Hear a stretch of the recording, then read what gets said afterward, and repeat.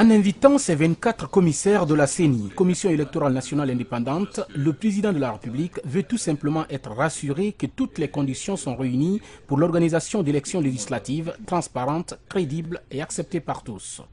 J'ai pris l'engagement devant la communauté nationale que je m'assurerai qu'il n'y ait aucun problème technique. Comme la date limite c'est demain, pour savoir si le sont liés ou pas, j'ai essayé d'envoyer des gens sur le terrain, j'ai discuté avec les gens. J'ai rencontré Sendou, j'ai rencontré les autres pour écouter. Et je me suis battu pendant longtemps pour la démocratie. Je n'entends pas que les élections soient organisées sous moi sans qu'elles soient transparentes et crédibles.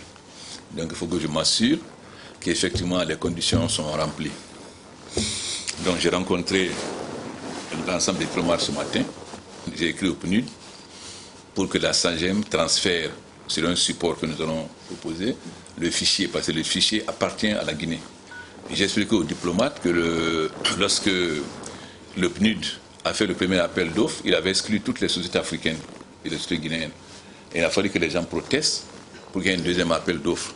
Et j'ai dit, l'Union européenne était là, et Anthony, que comme c'est l'Union européenne qui a payé, ils sont arrangés pour que la SAGEM ait le contrat. C'est pourquoi j'ai demandé à l'Union européenne, dire aussi au PNUD, il faut que la SAGEM vienne faire le transfert de l'ensemble des données alphanumériques et biométriques sur un fichier, et sur un support, pour que ça puisse être transféré. Il est évident que ça s'est fait au Mali et au Nigeria sans aucun problème. Donc je ne peux pas m'amuser à convoquer des élections quand je ne sais même pas quand est-ce que la SAGEM va venir pour transférer des données alphanumériques et biométriques. C'est irresponsable. Bon. J'ai pris l'engagement que tous les gens qui sont sur le fichier, qui ont participé aux élections présidentielles, auront une carte d'électeur, sauf le doublon, quand on va nettoyer. Maintenant, ceux qui veulent une carte d'identité iront mettre leurs doigts pour que la police leur donne. Mais c'est facultatif. Donc je ne peux pas m'amuser à convoquer des élections sans que j'ai la certitude qu'on aura toutes les données alphanumériques et biométriques des gens qui sont sur la liste des élections présidentielles. Et ensuite, que tout le monde voit que techniquement, il n'y a aucun problème. C'est-à-dire que les gens voient que le transfert de ça sur le kit de Weimar ne pose aucun problème. Deuxièmement, qu'on cherche combien Weimar peut enregistrer par jour. Comme vous devez faire la révision pour inscrire les nouveaux électeurs, vous pouvez commencer la révision pour inscrire les nouveaux électeurs.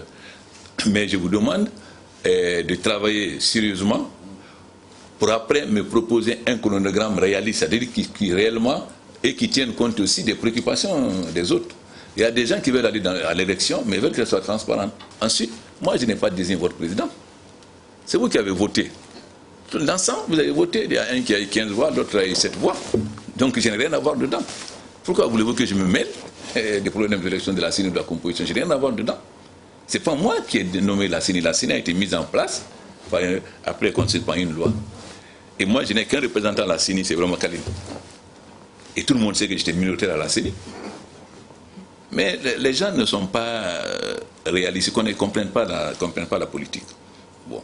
Donc, je vous appelle, la CENI est indépendante, elle travaille, mais c'est moi qui suis responsable du pays et de la crédibilité des élections. C'est pourquoi la CENI propose une date, mais le président fixe la date.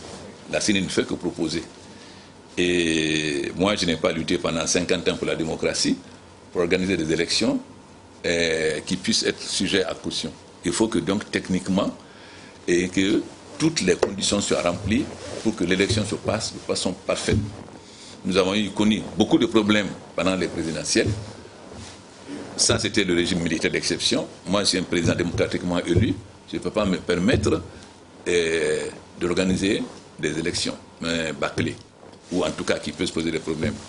Le chef de l'État a par ailleurs appelé ses 24 commissaires de la CENI à travailler en équipe dans le but de lui proposer une date réelle avant de prendre un décret pour l'entériner.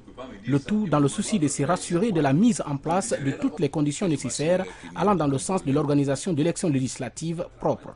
Si la CENI est discréditée, ce n'est pas le CENI qui sera discrédité, c'est vous tous. Ce n'est pas le CENI qui vous a mis à la CENI. Hein. Vous avez été envoyé et vous avez fait serment. Et la CENI a été mis en place par une loi et vous avez fait serment. Quand on fait serment, on doit respecter son serment. Donc avant